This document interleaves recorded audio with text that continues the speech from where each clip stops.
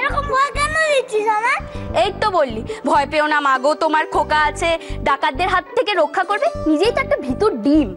দূর বোকা, ওইটা তো কবিতা ছিল। ওইটা একটা কবিতা? এই লাবু, আমার সোনা ছেলেটাকে ওরকম করে মারছিস কেন রে?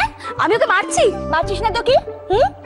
দেখলি আজ কি সুন্দর করে আমার সোনাটা সবাইকে আবৃত্তি করে শোনালো। মা, তোমার ভালো লেগেছে? খুব ভালো লেগেছে সোনা, খুব ভালো লেগেছে। কিন্তু বাবা, আমি তো তোমাকে কখনো ওটা শেখাইনি। তুমি কবিতাটা কার কাছ থেকে শিখলে?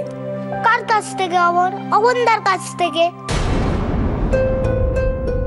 কি ব্যাপার গুলু বাবু, রাত হয়ে গেছে, তুমি খাওয়া দাওয়া করোনি এখনো? শোবে কখন? অবন্দা এসে গেছে।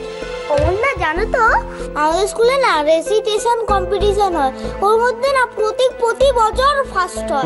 হ্যাঁ, ওকে ওর বাবা কবিতা শিখিয়ে দেয়।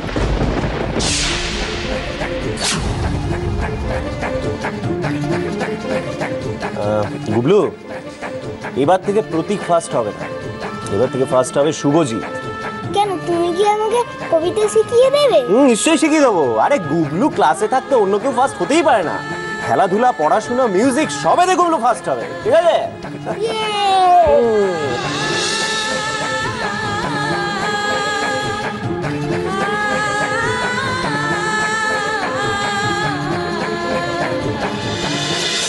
কি হলো?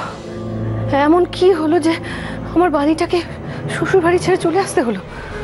ওর শাশুড়ি ওকে মেনে নেয়নি কেন? কি এমন হলো? আমায় গিয়ে কথা বলতে হবে। না না বড়দিমা, তুমি এত কেন টেনশন করছো? একদম চুপ করে থাকো, কথায় কথায় বিরক্ত করবে না তুমি আমাকে। তুমি কি বুঝবে? হ্যাঁ, তুমি কি বুঝবে? আমার নিজের সংসার ভেঙেছে, তাই আমি জানি সংসার ভাঙার কষ্ট কতটা। বড়দিমা, আর আমার ভাই, সেও তো আমার কথা শোনে না, সেও অন্যের কথায় চালিত হয়। তাই নিজের সন্তান যদি অন্য পথে চলে যায়, মার কাছে সেটা কতটা কষ্টের সেটাও আমি জানি। তাই আমাকে গিয়ে কথা বলতে হবে। আমি যাব, আমি গিয়ে নিজে নীলাদ্রির মার সাথে কথা বলবো। ওদের মধ্যে যা ভুল বোঝাবুঝি আছে আমি সব মিটিয়ে দেবো। আমাকে যেতেই হবে। সর্বনাশ, বড়দিমা যদি নীলাদ্রি দাদার বাড়িতে যায়, মেজদিমার বারে গান গাওয়ার প্রসঙ্গটাও তো উঠবে।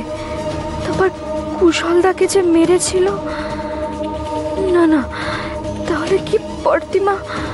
হে ভগবান, আমি এখন কি করব?